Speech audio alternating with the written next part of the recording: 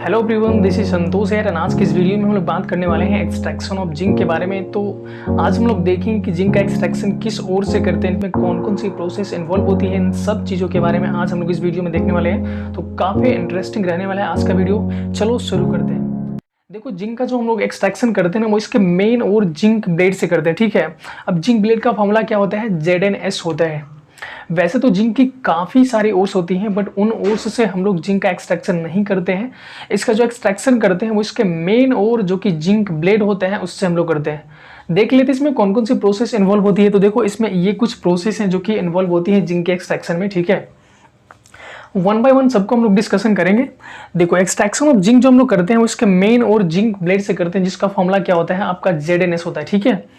इसमें जो सबसे पहला प्रोसेस इन्वॉल्व होता है वो होता है crushing and grinding and concentration by froth flotation process. अब देखो, एक्चुअली समझते हैं कि ये क्रशिंग एंड ग्राइंडिंग होते क्या है। तो कोई भी मेटल्स का अगर आप एक्सट्रैक्शन कर रहे हो तो उसको सबसे पहले हम लोग नीचे से निकालते हैं। किस फॉर्म में होता है? तो ऑब्वियसली वो रॉक के फॉर्म में होता है, वो स्टोन के फॉर्म में होता है, ठीक है। कोई भी मेटल्स का अगर हम लोग एक्सट्रैक्शन करते हैं तो उसको जब नीचे से निकालते हैं तो वो स्टोन के फॉर्म में होता है। तो उसको क्रश करने के लिए, क्रशिंग का मतलब होता है यार तोड़ना, ठीक है। तो उसको क्रश कर देते हैं, छोटे छोटे टुकड़ों में तोड़ देते हैं एंड देन फाइनली उसको हम लोग ग्राइंड कर देते हैं, मतलब पीस देते हैं, ठीक है। तो ये फर्स्ट प्रोसेस में आपको वही बताया जा रहा है कि जो जिंक सल्फाइड जो हम लोग नीचे से और इसका निकालते हैं उसको सबसे पहले क्या कर देते हैं? तो क्रश कर देते हैं, मतलब तोड़ देते हैं। फिर उसके बाद उसका क्या करते हैं? ग्राइंडिंग कर देते हैं, मतलब इससे पीस देते हैं। उसके बाद हम लोगों को क्या मिल जाता है? तो जिंक सल्फाइड, जिसका एक्सट्रैक्शन हम लोगों को करना है, जिंक सल्फाइड से जिसका जिंक एक्सट्रैक्शन हम लोग कर रहे हैं, क्या मिल जाता है? वो पाउडर फॉर्म में मिल जाता है। उसके बाद उसका हम लोग करते हैं concentration by froth flotation process, ठीक है। ये फ्रोथ फ्लोटेशन प्रोसेस क्या है, इसमें क्यों यूज करा जाता है, ये अभी हम लोग देखते हैं, ठीक है। तो देखो, फ्रोथ फ्लोटेशन प्रोसेस में बेसिकली करा क्या जाता है? जैसे नीचे से हम लोगों ने ओर निकाला, सबसे पहले क्रशिंग किया, फिर ग्राइंडिंग किया, तो वो पाउडर फॉर्म में कन्वर्ट हो गया। तो यार एक्चुअली होता ये है ना कि जब नीचे से हम लोग ओर्स को निकाल रहे हैं तो उसमें मेटल्स प्लस इम्प्यूरिटीज दोनों होते हैं। तो जब क्रशिंग और ग्राइंडिंग करके आपने उस ओर्स को पाउडर फॉर्म में कन्वर्ट कर दिया, तो आप ही बताओ उसमें इम्प्यूरिटीज भी होंगे। तो इस इम्प्यूरिटीज को अलग करने के लिए यहाँ पे थोड़ा सा प्रोसेस अपनाया जाता है जो कि फिजिकली होता है। जैसे समझ लो, धो के अगर हम लोग मिट्टी को अलग कर रहे हैं और से, तो ये फिजिकली प्रोसेस अपना रहे हैं ना। जैसे वाटर से अगर हम लोग मिट्टी को अलग कर रहे हैं, वाटर से धोकर बेसिकली अगर कोई हम लोग ओर्स निकालें और वाटर से धो के उसको जितने भी मिट्टी निकाल दे, तो ये फिजिकली प्रोसेस है। ऐसे ये कंसंट्रेशन प्रोसेस भी है जिसमें हम लोग वही करते हैं जो पाउडर फॉर्म में हमारे पास ओर होता है, उसे से इम्प्यूरिटीज को अलग करते हैं, ठीक है। यहाँ पे कौन सा प्रोसेस अपनाया जा रहा है? तो यहाँ पे फ्रोथ फ्लोटेशन प्रोसेस अपनाया जा रहा है। फ्रोथ फ्लोटेशन प्रोसेस में क्या करा जाता है? जैसे देखो, फ्रोथ फ्लोटेशन प्रोसेस में ये करा जाता है बेसिकली कि जो सल्फाइड और यहाँ पे होते हैं, देखो जिंक सल्फाइड क्या है? सल्फाइड और है। ये जिंक सल्फाइड को हम लोग एक बिकर में लेते हैं और पाइन ऑयल के साथ मिलाकर रख देते हैं, ठीक है। ध्यान से सुनना, जो जिंक सल्फाइड है उसको हम लोग एक पाइन ऑयल के साथ मिलाकर एक बिकर में रख देते हैं और करंट ऑफ वाटर फ्लो, मतलब उसमें फ्लो करवाते हैं। ये करंट ऑफ वाटर क्या है? तो बहुत ही ज्यादा स्पीड के साथ इसको हम लोग वाटर को फ्लो करवाते हैं ना, तो उसी को बोलते हैं करंट ऑफ वाटर। तो इसमें क्या कर रहे हैं हम लोग? फ्रोथ फ्लोटेशन प्रोसेस में देखो, हम लोग जिंक सल्फाइड ओर को ले रहे हैं जो कि पाउडर फॉर्म में हमारे पास है, उसमें पाइन ऑयल को मिलाकर एक कंटेनर में रख देते हैं। उसमें हम लोग हाई सप्लाई ऑफ वाटर को प्रोवाइड करते हैं, जिससे झाग बन जाता है। समझ लो, ओर का झाग बन जाता है और ये ऊपर आ जाता है और ऊपर से हम लोग कलेक्ट कर लेते हैं जो प्योर ओर्स होते हैं, ठीक है। और जो इम्प्यूरिटीज होते हैं वो नीचे सेटल डाउन कर जाते हैं। बेसिकली आपको इन शॉर्ट्स याद रखना है कि जो फ्रोथ फ्लोटेशन प्रोसेस है ना, जो हमारे पास पाउडर फॉर्म में और है, उससे इम्प्यूरिटीज को फिजिकली अलग करने की एक प्रोसेस है। इसमें करा क्या जाता है? तो जो जिंक सल्फाइड है उसको पाइन ऑयल के साथ मिलाकर एक बिकर में रखा जाता है। उसमें करंट ऑफ वाटर को प्रोवाइड कराया जाता है, मतलब हाई प्रेशर के साथ वाटर को फ्लो कराया जाता है, जिससे कि झाग बन जाता है ओर का, और ये झाग के साथ ऊपर आ जाता है ओर्स, जिसको हम लोग कलेक्ट कर लेते हैं। जो इम्प्यूरिटीज होती है वो नीचे सेटल डाउन कर जाती है। इससे हम लोग को मिला क्या? देखो, हम लोगों ने सबसे पहले क्रश किया, ग्राइंड किया, जिससे कि पाउडर फॉर्म में मिला। उसके बाद जब हम लोग कंसंट्रेशन कर दिए, मतलब फिजिकली थोड़ा सा साफ करने की कोशिश हम लोगों ने करी, तो थोड़ा सा साफ और हम लोग को कह सकते हैं कि यहाँ पे मिला, ठीक है। तो ये फ्रोथ फ्लोटेशन करने के बाद हम लोग को क्या मिलता है? कंसंट्रेटेड ओर मिलता है, मतलब इसमें इम्प्यूरिटीज थोड़ा सा कम होता है एज कम्पेयर टू जो यहाँ पे हम लोग को पाउडर फॉर्म में मिला था, ठीक है। अब ये कंसंट्रेटेड ओर मिलता है, उसके बाद हम इसको कौन सा प्रोसेस करते हैं? रोएस्टिंग करते हैं। अब ये देखो, रोएस्टिंग करा क्यों जाता है? तो कोई भी अगर सल्फाइड और आपके पास हो, बेसिकली आपको याद रखना है कि जब भी हम लोग किसी भी मेटल्स का एक्सट्रैक्शन करते हैं तो सल्फाइड ओर से नहीं करते हैं। अगर कोई सा भी फॉर्म में अगर आपको ओर मिले, जैसे कि सल्फाइड ओर हो सकता है, अगर कार्बोनेट ओर है, तो सबसे पहले उसे हम लोगों को किस में कन्वर्ट करना होता है, तो ऑक्साइड ओर में कन्वर्ट करना होता है। ठीक है, कोई सा भी ओर अगर आपको दिया रहेगा, उससे अगर मेटल्स का एक्सट्रैक्शन करना है तो सबसे पहले उस ओर को हम लोग को किस में कन्वर्ट करना होता है, ऑक्साइड ओर में कन्वर्ट करना होता है। तो यहाँ पे जो रोस्टिंग प्रोसेस है ना, ये बेसिकली ओर्स को, कौन सा ओर को, सल्फाइड ओर को ऑक्साइड ओर में कन्वर्ट करने की एक प्रोसेस है। ठीक है, देखो रोस्टिंग में करा क्या जाता है कि जिंक सल्फाइड जो ओर है, यहाँ पे जो हम लोग को कंसंट्रेटेड ओर मिला है, उसको हम लोग गर्म करते हैं। ठीक है, with in its melting point, मतलब उतना भी गर्म नहीं करते हैं ताकि ये पिघल जाए। ठीक है, इसके मेल्टिंग पॉइंट के नीचे इसको हम लोग गर्म करते हैं with excess amount of hot air, मतलब गर्म हवा के साथ इसको जब गर्म करते हैं, जिंक सल्फाइड को जब हम लोग हॉट एयर के साथ गर्म करते हैं तो ये जो जिंक सल्फाइड है वो किस में कन्वर्ट हो जाता है, देखो जिंक ऑक्साइड में कन्वर्ट हो जाता है। और यहाँ पे sulphur oxides, sulphur dioxide gas निकलता है जो कि ऊपर निकल जाता है। ठीक है, ये गैस है तो बेसिकली ऊपर निकल जाता है। यहाँ पे क्या हुआ, जो जिंक सल्फाइड हम लोगों के पास कंसंट्रेटेड ओर था, उसका हॉट एयर के साथ हुआ रिएक्शंस, तो क्या बना, ये जिंक सल्फाइड और जिंक ऑक्साइड में कन्वर्ट हो जाता है और जो सल्फर डाइऑक्साइड गैस होती है वो बाहर निकल जाता है। ठीक है, तो हम लोगों को जो जरूरत था कि किसी भी ओर को सबसे पहले एक्सट्रैक्शन करने के लिए, अगर मेटल्स का एक्सट्रैक्शन करना है तो सबसे पहले उसे ऑक्साइड और में कन्वर्ट करना जरूरी है, वो यहाँ पे हो जाता है।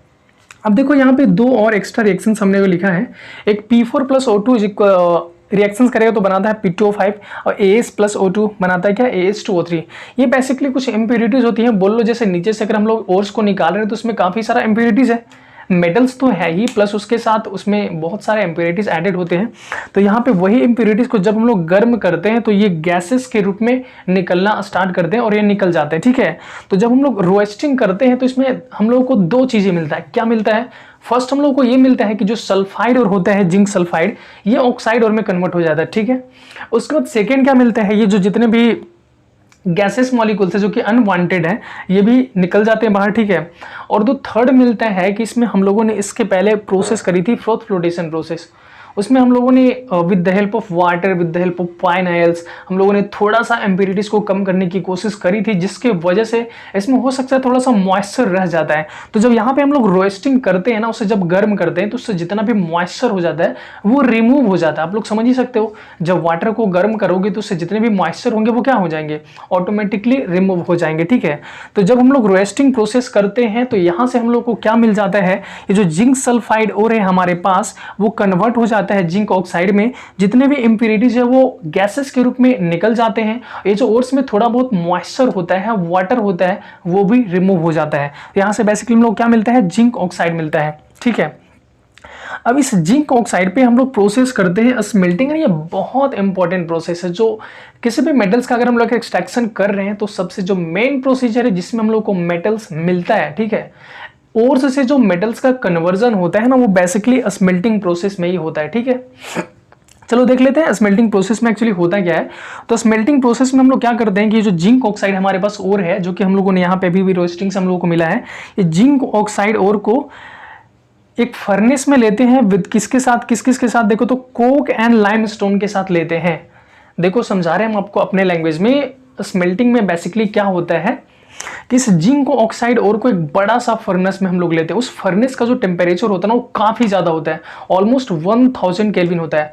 सोच ही सकते हो भाई कि अगर किसी भी फर्नेस का टेम्परेचर अगर 1000 केल्विन है ना, तो किसी भी चीज को रखो, पिघलने में थोड़ा सा भी टाइम नहीं लगेगा, तुरंत के तुरंत मेल्ट हो जाएगा। समझ रहे हो, 1000 केल्विन बहुत ज़्यादा टेम्परेचर होता है, वहाँ पे किसी भी चीज़ को रखो आसानी से पिघल जाएगा। तो वही हम लोग करते हैं, एक बड़ा सा फर्नेस लेते हैं जिसका टेम्परेचर ऑलमोस्ट 1000 केल्विन होता है।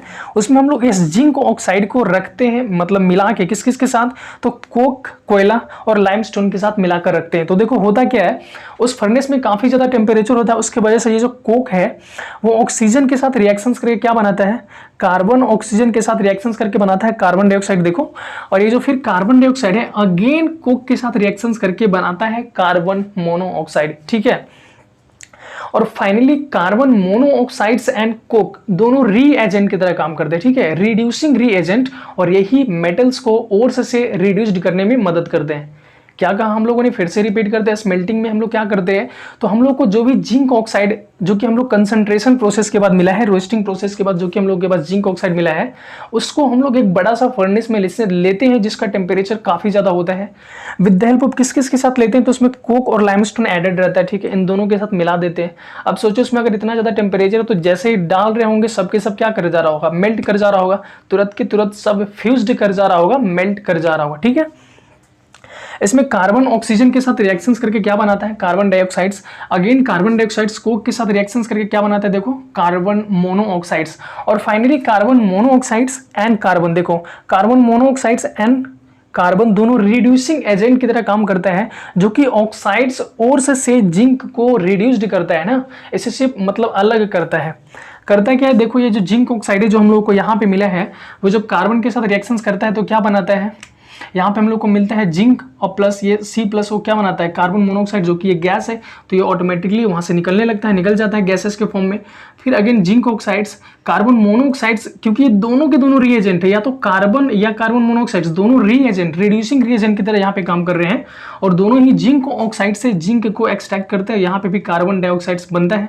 देख लो अगर ये बैलेंस है तो सही है, ये रिएक्शन ZnO प्लस CO मिलता है हम लोग यहाँ पे जिंक और कार्बन डाइऑक्साइड जो कि गैसेस रिलीज हो जाती है, ये बैलेंस है ऑलरेडी। चलिए, तो यहाँ से जो हम लोगों को मिलता है ना, वो मिलता है इम्प्योर जिंक, ठीक है। जो जिंक ऑक्साइड्स था, जब हम लोग स्मेल्टिंग करते हैं, बड़ा सा फर्नेसेस में गर्म करते हैं, तो कोक यानी C और कार्बन मोनोऑक्साइड्स की मदद से जिंक ऑक्साइड से इम्प्योर जिंक का प्रोड्यूस्ड होता है, मतलब निर्माण होता है, ठीक है। यहाँ पे जो जिंक मिलता है, याद रखेंगे, इम्प्योर होता है, ये 100% प्योर नहीं होता, इसमें बहुत सारे इम्प्योरिटीज होता है, ठीक है। उसके बाद हम लोग इसको प्यूरिफिकेशन करते हैं। प्यूरिफिकेशन प्रोसेस के लिए कौन सा प्रोसेस अप्लाई करते हैं हम लोग, इलेक्ट्रोलिसिस प्रोसेस अप्लाई करते हैं, जिसमें हम लोग को प्यूरिफिकेशन करते हैं। देखो अब इलेक्ट्रोलिसिस पढ़ने से पहले यहाँ पे जो दो रिएक्शन है आप लोग देख लो, यहाँ पे जो हम लोगों ने यहाँ पे लाइमस्टोन लिया है, वो जब फर्नेसेस में डालते हैं तो वो टूट जाता है। देखो calcium oxides plus carbon dioxides में ये कैल्शियम ऑक्साइड्स प्लस SiO2 बनाता है, क्या है, CaSiO3। ये बेसिकली क्या है, तो ये स्लैग है, ठीक है। अब स्लैग क्या है आपको बताने की जरूरत नहीं है। स्लैग कैसे बनते हैं, स्लैग सॉल्युबल नेचर के, मतलब ये लिक्विड नेचर के होते हैं। जैसे स्लैग बनते हैं तो फ्लो करके बाहर निकल जाते हैं। फर्नेसेस के बॉटम में एक पाइप लगा होता है, बेसिकली उसी पाइप की मदद से स्लैग निकल जाते हैं, ठीक है। तो चलो ये कुछ फर्नेसेस में हुआ, स्मेल्टिंग प्रोसेस में ये कुछ होता है। स्मेल्टिंग प्रोसेस में हम लोग बेसिकली मिलता क्या है, तो हम लोगों को मिला इम्प्योर जिंक। किससे मिला भाई, तो जिंक ऑक्साइड जो कि रोस्टिंग प्रोसेस के बाद हम लोग को मिला था। जब स्मेल्टिंग करते हैं तो हम लोग को इम्प्योर जिंक मिल जाता है। अब यहाँ पे हम लोग को इम्प्योर जिंक जो मिला है, ये देखो इसको हम लोग प्यूरिफिकेशन करते हैं। तो जब प्यूरिफिकेशन करते हैं, इसका कौन सा प्रोसेस से करते हैं, इलेक्ट्रोलिसिस प्रोसेस से। देखो प्यूरिफिकेशन कैसे करते हैं, इलेक्ट्रोलिसिस प्रोसेस में बेसिकली दो इलेक्ट्रोड बनाए जाते हैं।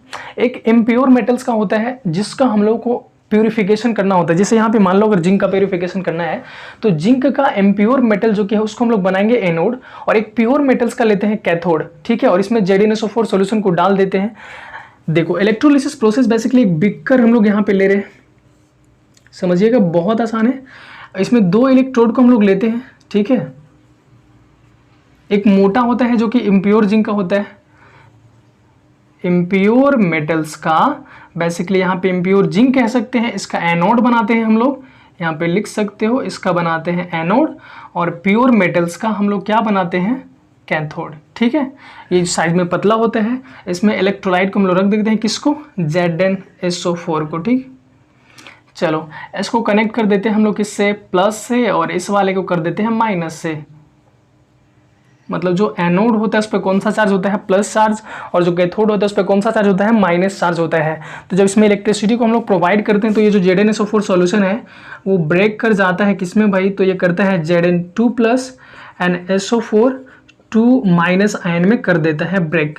ये जो Zn2 प्लस आयन्स है, यही दो इलेक्ट्रॉन्स को, बेसिकली कटायंस है। देखो Zn2 प्लस आयंस क्या है, कटायंस है। दो इलेक्ट्रॉन्स को ऑलरेडी लॉस कर चुका है, जिसको ये दो इलेक्ट्रॉन्स को लेकर और ये न्यूट्रलाइज हो जाता है, और ये कहाँ पे जमा हो जाता है, कैथोड पे जमा हो जाता है।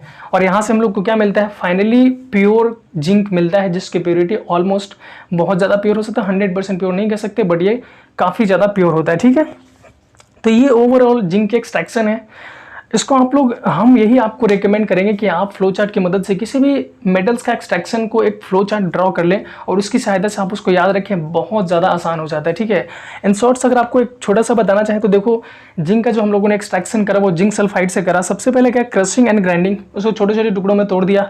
फिर क्या किया, फ्रोथ फ्लोटेशन प्रोसेस की मदद से थोड़ा सा फिजिकली उसको हम लोग साफ करने की कोशिश करी। उसके बाद हम लोग उसमें क्या किया, उसके बाद की रोस्टिंग। रोस्टिंग क्यों किए, क्योंकि हम लोगों को पता था कि अगर किसी भी मेटल्स का हम लोग एक्सट्रैक्शन कर रहे हैं तो चाहे वो जिस फॉर्म में पहले से और हो, उसको हम लोगों को ऑक्साइड और में कन्वर्ट करना जरूरी है। इसलिए हम लोग उसको रोस्टिंग किया। रोस्टिंग करता क्या है, ये ओर्स को, सल्फाइड और को बेसिकली ऑक्साइड और में कन्वर्ट कर देता है। यहाँ से हम लोगों को मिला जिंक ऑक्साइड। उसके बाद हम लोगों ने करा स्मेल्टिंग। स्मेल्टिंग प्रोसेस में एक बड़ा सा फर्नेस लेते हैं जिसका टेम्परेचर काफ़ी ज़्यादा होता है। उसमें हम लोग जिंक ऑक्साइड को कोक और लाइमस्टोन के साथ मिलाकर रख देते हैं, जिससे सब के सब फ्यूज्ड हो जाता है। उसमें कार्बन मोनोऑक्साइड्स एंड कार्बन दोनों रीएजेंट की तरह काम करते हैं और यहाँ से हम लोग को रिड्यूस्ड करके देता है, जो कि होता है इम्प्योर जिंक। उसका प्यूरिफिकेशन करने के लिए हम लोग इलेक्ट्रोलिसिस प्रोसेस का यूज करते हैं। इलेक्ट्रोलिसिस प्रोसेस में क्या करते हैं, तो इम्प्योर जिंक का हम लोग बनाते हैं एनोड और प्योर जिंक का बनाते हैं कैथोड। और इसमें इसको प्लस से इसको माइनस से कनेक्ट कर देते हैं। एनोड पे प्लस चार्ज और कैथोड पे माइनस चार्ज होगा। ये ZnSO4 सोल्यूशन ब्रेक हो जाता है Zn2 प्लस और SO4 2 आयंस में। ये Zn2 प्लस जो कैटायंस है वो 2 इलेक्ट्रॉन्स को लेकर ये कैथोड पे जमा हो जाते हैं और इस तरह से हम लोग जिंक का एक्सट्रैक्शन कर पाते हैं। ठीक है, तो फाइनली हम लोग को प्योर जिंक इस तरह से मिल जाता है। उम्मीद करते हैं आप लोगों से कि आपको ये वीडियो समझ में आया है। उम्मीद तो कर ही सकते हैं यार। अगर आपको सच्ची में समझ में आया है तो यार वीडियो को लाइक कर देना। अगर चैनल्स पे पहली बार आए हैं तो चैनल को सब्सक्राइब कर दीजिएगा। मिलते हैं नेक्स्ट वीडियो में किसी नेक्स्ट मेटल्स के एक्सट्रैक्शन के साथ। तब तक के लिए पढ़ाई करते रहें। All the best.